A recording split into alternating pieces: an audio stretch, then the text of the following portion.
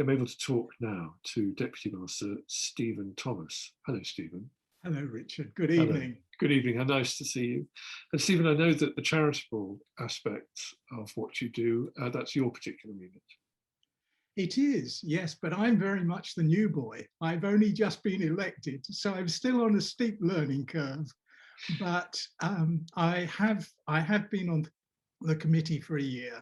So, but I am indebted to past master Eddie Taylor, who has managed the charity so fantastically well for 2 terms.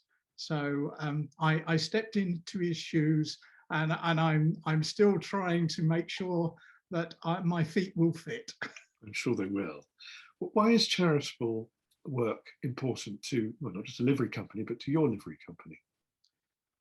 Well, I think that when we all took the oath to become freemen and liverymen, it was very much about that pillar of helping those less fortunate than ourselves. All of our members make a donation to our charity. One of the things that I'm very, very proud about is every single penny that's donated by members is actually converted into charitable grants. And we give nearly 50 grants every year.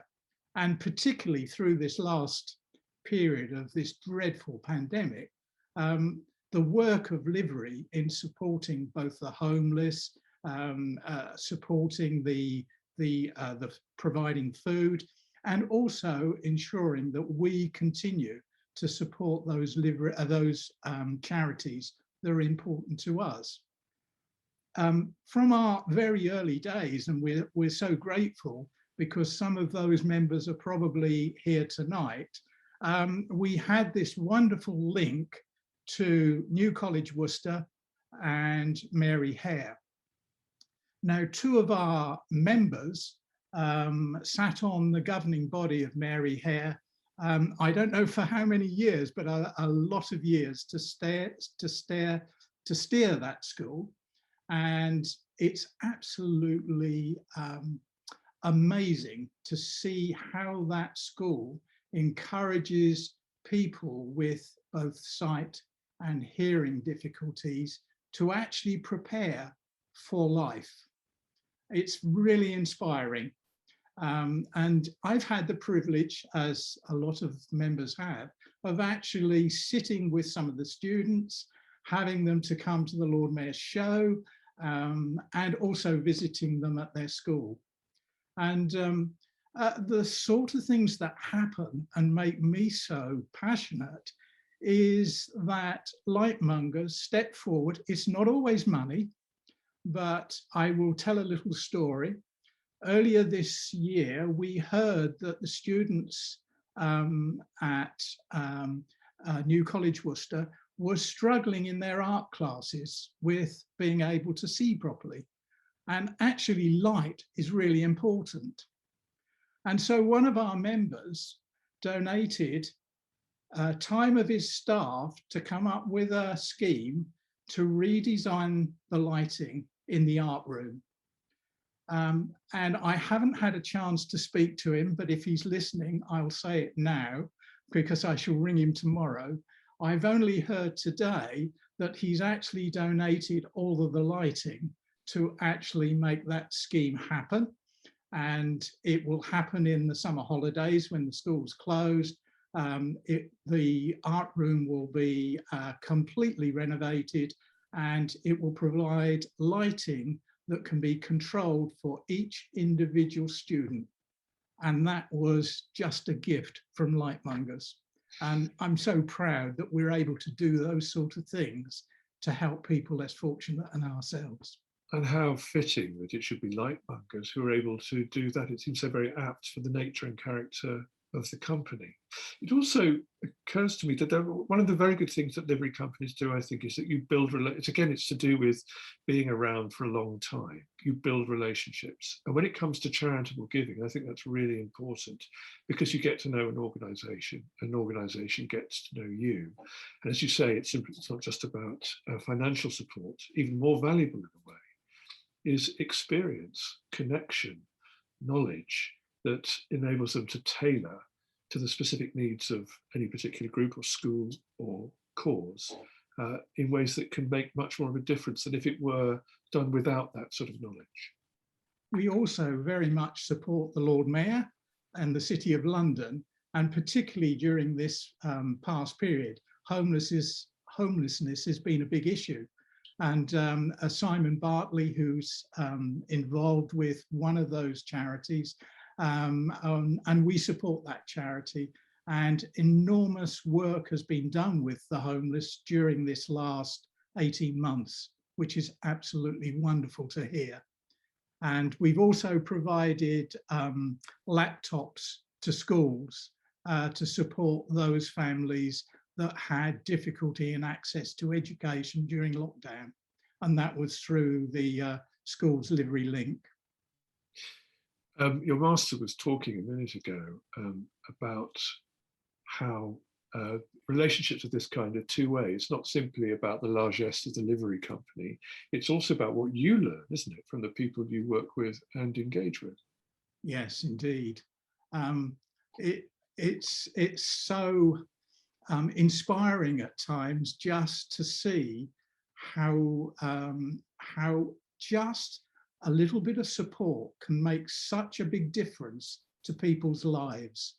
We also support education through Stuart and his education committee by encouraging those people that are working in the field of research into problems of sight, also supporting our military, which my good friend Phil Hyde will talk to you about in a few minutes. But when we go, we just meet such wonderful people, and it really does inspire and encourage us. And actually, that is really, I think, one of the wonderful things about the fellowship of the livery movement. And that's why I'm very proud to be a member of the Lightmongers. How did you become a lightmonger, if I may ask, Stephen? Well, I go back a long time, and yes, I can remember your songs. That's dating you and me. I had a wonderful friend called Ted Brown, who some members will know. I worked for the Electricity Board, and I was a regional manager, and I used to come into contact with the Electrical Contractors Association, and I used to host meetings for them, and I met a number of their members. And a wonderful gentleman who is no longer with us, but who was clerk to the company for 19 years, Derek Wheatley, he sort of twisted my arm up my back and said, "You need to become a lightmonger." And Ted Brown and Derek Wheatley persuaded me 30 years ago to join. And I was like many members, I just used to turn up to some of the events and never got involved with any of the committees. And then again, I had my arm twisted, and I was eventually joined and was persuaded to sort of help out. And Derek Wheatley got me involved when he was feeling poorly to help him out when he was preparing for an event. And then I became clerk, and I only did that for 3 years because I actually run a charity of my own, which is called Let's Read, which helps young children to learn to read. And I couldn't do both jobs to the extent that I would like to. So that's when I stepped down. And then I joined the court and got involved with committees. And I was master in the same year that Vincent was sheriff. So we enjoyed a very special year and met some wonderful people. And I have a good friend in Leather Sellers, Nigel Pullman, who you will know. Yes. It's just very nice to hear someone who has been involved in the work of committees speak about it warmly and still smiling. I mean, it's an interesting thing, isn't it, about so often people think that once you sign up to that, that it's going to be dutiful drudgery, rewarding perhaps in its own way. But my sense is actually, it's much more than that, isn't it? Because it's involving and it's engaging and you do it with your peers. Yes. And you learn so much. Yeah. Yeah. And I'm still learning. And I have some very good mentors. Very good. You mentioned also that by far the biggest chunk of £1 that a member might give you goes towards the charity that it's solicited for. Yes. That, I guess, I mean, I don't know about Lightmongers, you may be possessed of enormous wealth and own great tracts of city streets, I don't know. But do you have to wash your face? Do you have to earn your keep? Yes, indeed. Actually, we're a modern livery company. We have no property. We do not have sort of the history of some of the other wonderful wealthy livery companies. However, we really punch above our weight, as I say, we have built up an investment pot, but every penny that is donated by members goes into charitable benefits.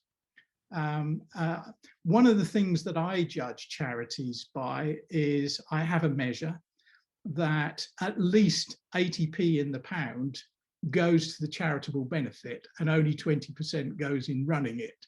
That wonderful 80-20 rule. But I am very proud to take over from my successor to be able to say that every penny that Lightmongers donate to the charity actually does go to provide, you know, we do 10, I think, educational awards, we do 3 military awards, we make the big donations to our schools, and we support the Lord Mayor and his charities, and the trustees just do such an amazing job. And I don't take the credit. These guys will go out to make sure that our members' money they're getting absolute bang for buck. And they'll go out and they'll meet those charities and work with those charities and develop a relationship. And the other person I would like to say thank you to is our wonderful almoner, who does such a wonderful job when somebody is perhaps not well, or he is aware that somebody is in need. And he is very much that person who has that wonderful touch, and will just pick up a phone and speak to them. One of my special guests at one of my dinners was Betty Boothroyd, and sadly she's having problems with her sight. And I'm not going to embarrass and say who it is, but one Lightmonger rings Betty and actually arranged for her to have some special lights so it helps her with her reading. And that's the way that Lightmongers say thank you to a wonderful guest who's been a friend to Lightmongers for, I think, probably 50 years. Very good idea to keep Betty Boothroyd on side as well. Thank you very much, Stephen. That's very interesting.